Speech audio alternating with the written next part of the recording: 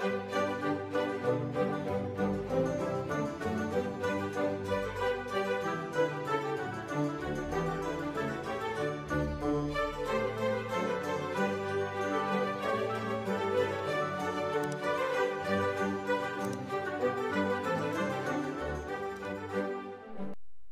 المشاهدين، السلام عليكم ورحمة الله. بسم الله الرحمن الرحيم. اقرأ باسم ربك الذي خلق، خلق الإنسان من علق. اقرأ وربك الأكرم الذي علم بالقلم، علم الإنسان ما لم يعلم. صدق الله العظيم.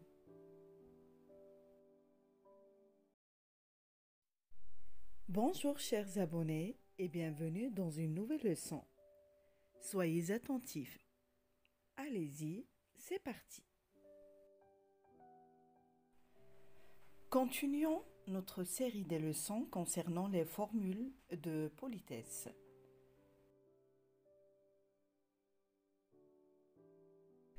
Aujourd'hui, nous allons voir les formules à utiliser après un éternuement. Lorsque quelqu'un éternue, il est d'usage de lui répondre à vos souhaits. L'éternuement est sournois. Il est souvent vain de vouloir le réprimer. Que vous soyez à table, au bureau, en famille, entre amis, vos narines vous chatouillent de plus en plus. Atchim! Vous écriez-vous soudain, à vos souhaits. Vous lancera-t-on alors le plus naturellement du monde? Vous répondrez sans doute avec un merci, étouffé, harassé par cette bourrasque inopinée venue de votre poitrine. Si vous éternuez une seconde fois, on pourrait vous lancer à vos amours. Et au troisième éternuement, l'on vous dira « Et que les tiennes durent toujours ». Il n'en fut pas toujours ainsi. العطس متستر وغالبا ما يكون من غير المجدي محاولة قمعه، سواء كنت على الطاولة في المكتب مع العائلة بين الأصدقاء. أنفك يدغدغك أكثر فأكثر. آتشم! تهتف فجأة، فيقول لك البعض أتسوي، معناها كما تريد. سيقولون لك بشيء طبيعي جدا هذا القول. لا شك أنك سترد بكلمة شكرا مكتومة، وقد أنهكتك هذه العاصفة غير المتوقعة القادمة من صدرك.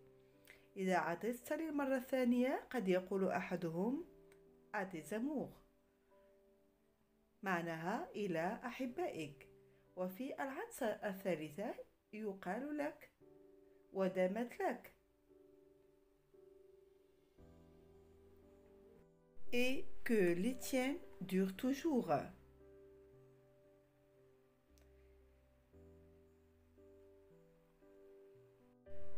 Dans l'Antiquité, l'expression d'usage était que Jupiter te conserve, transformée par les chrétiens en que Dieu vous bénisse. Éternuer était de bon ou mauvais augure, selon les circonstances.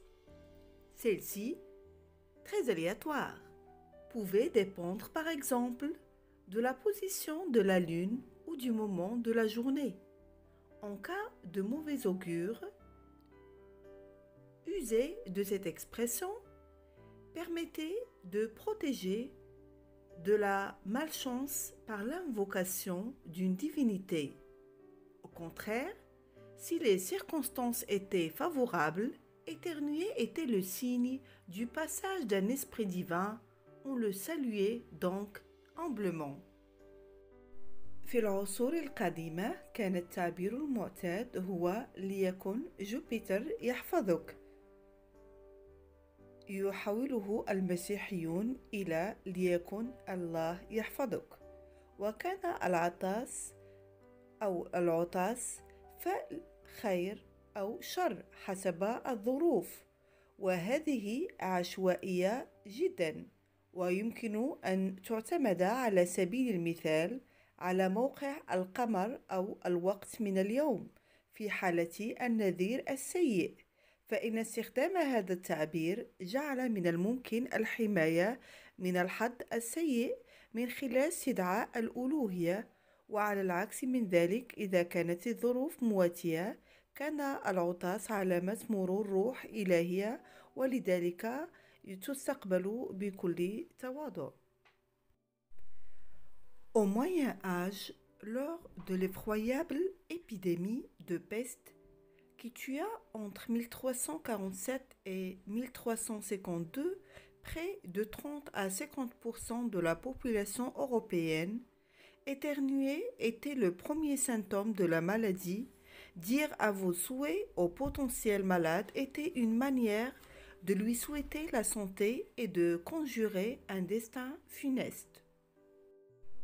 في العصور الوسطى خلال وباء الطاعون الرهيب الذي قتل ما بين 1347 و 1352 ما يقرب من 30 إلى 50% من سكان أوروبا، كان العطاس أول أعراض المرض.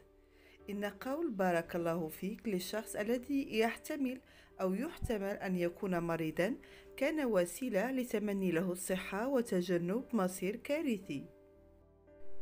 Il existe enfin un troisième sens spirituel et surtout superstitieux. En effet, on a longtemps cru que l'âme résidait à l'intérieur de la tête. Le moindre éternuement risquait alors d'expulser l'âme lors de son refuge. Prodiguer des vœux servait à conjurer ce mal. Mettre sa main devant sa bouche se révélait aussi bien utile pour garder son âme à l'intérieur de sa tête, ou bien afin d'empêcher qu'un démon n'entre par la bouche. Aujourd'hui, le démon n'est autre qu'une flopée de bactéries prêtes à sévir. هناك أخيرا شيء أو معنى ثالث روحاني، وفوق كل شيء خرافي. في الواقع كان يعتقد منذ زمن طويل أن الروح تسكن داخل الرأس. أدنى عطسة كانت تخاطر بطرد النفس من ملجئها. إن تقديم التمنيات يفيد في درء هذا الشر، كما أن وضع يده على فمه كان مفيدا لإبقاء روحه داخل رأسه أو لمنع دخول الشيطان من خلال فمه. اليوم الشيطان ليس سوى عدد كبير من البكتيريا الجاهزة لإحداث الفوضى. La France n'a pas le monopole de l'éternuement, ni de l'expression qui lui est liée. Celle-ci se décline en effet dans une multitude de langues étrangères, et son sens varie parfois sensiblement. Ainsi, les Finlandais ont pour habitude de répondre pour la santé après un éternuement, car lorsque nous éternuons, notre cœur cesse de battre pendant une fraction de seconde. L'éternuement est un peu une mort. Revenir à la vie après avoir éternué signifie donc que l'on se porte bien. Plus au sud, en Angleterre et en Écosse, les nourrices pensaient que tant que l'enfant n'avait pas éternué, il était ensorcelé car habité par les fées. Il est intéressant de noter que l'onomatopée transcrivant en mots l'acte d'éternuer diffère aussi d'un pays à un autre. Vous pouvez à présent atchoumer en toute connaissance de cause. فرنسا لا تحتكر العطس ولا التعبير المرتبط به، وهذا في الواقع متوافر في العديد من اللغات الأجنبية، ويختلف معناه بشكل كبير في بعض الأحيان. وهكذا اعتدى الفنلنديون على الإجابة من أجل الصحة بعد العطس، لأننا عندما نعطس يتوقف قلبنا عن النبض لجزء من الثانية. العطس يشبه الموت قليلا. العودة إلى الحياة بعد العطس تعني أنك بصحة جيدة. وإلى الجنوب في إنجلترا واسكتلندا اعتقدت الممرضات أنه طالما لم يعطس الطفل فهو مسحور لأنه مسكون بالجنيات. ومن المثير للاهتمام أن نلاحظ أن المحاكاة الصوتية التي تنقل فعل العطس إلى كلمات تختلف أيضا من بلد إلى آخر.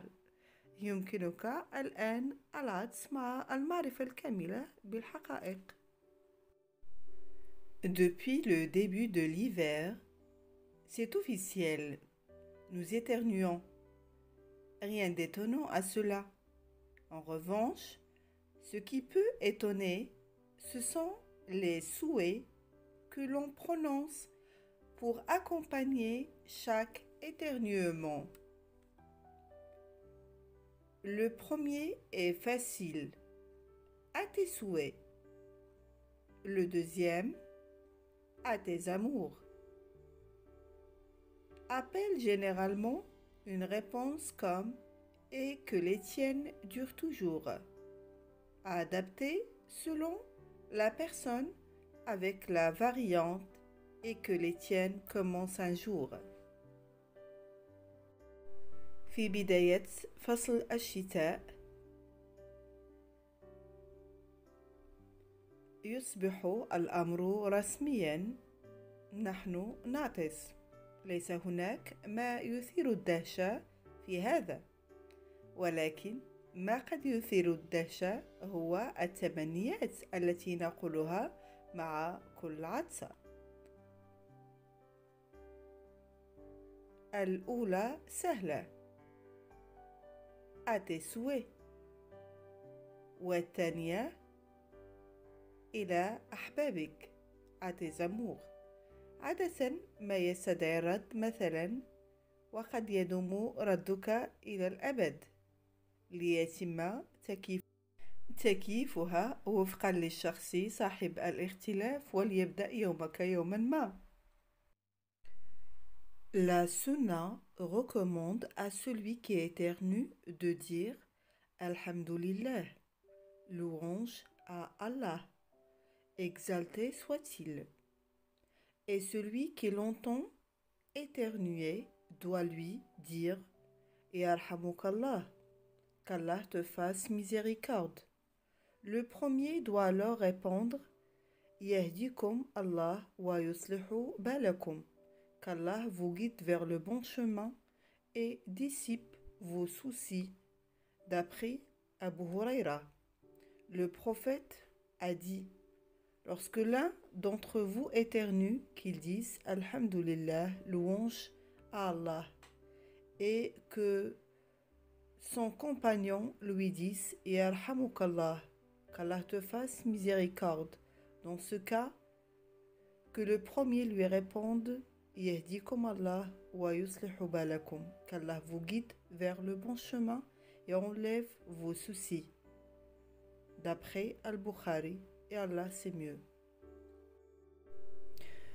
استحبت السنة أن يقول من عطس الحمد لله، ومن سمعه أن يقول يرحمك الله، ثم يجيب على الأول يهديكم الله ويصلح بالكم، بمعنى هداكم الله إلى الصراط المستقيم وأذهب همومكم. عن أبي هريرة عن النبي صلى الله عليه وسلم قال إذا عطس أحدكم فليقل الحمد لله، وليقل له أخوه أو صاحبه يرحمك الله. في هذه الحالة فليرد الأول يهديكم الله ويصلح بالكم. رواه البخاري والله أعلم. Pour conclure, dans le cadre de la politesse, en France, il est préférable de ne rien dire. Parce que quand tu dis à quelqu'un qui vient d'éternuer à vos souhaits ou à tes souhaits, tu montres d'une manière indirecte qu'il t'a dérangé. Donc, c'est une faute, on va dire, qui est familière dans la société française, mais dans l'étiquette et dans les bonnes manières ainsi que les formules de politesse, il est préférable de ne rien dire. وفي الأخير تجدر الإشارة إلى أنه لا يجب قول شيء في العبارات الخاصة بالاحترام. لا يجب أن تقول شيء لأحد قام بالعجز أمامك، فعندما تقول له إحدى العبارات التي تطرقت لها يعني أنه قام بإزعاجك، وهذا خطأ شائع، ولذلك لا يجب أن تقول شيئا بالنسبة للثقافة الفرنسية. أتمنى أن تكونوا قد استفدتم. إلى الدرس المقبل إن شاء الله. تحياتي.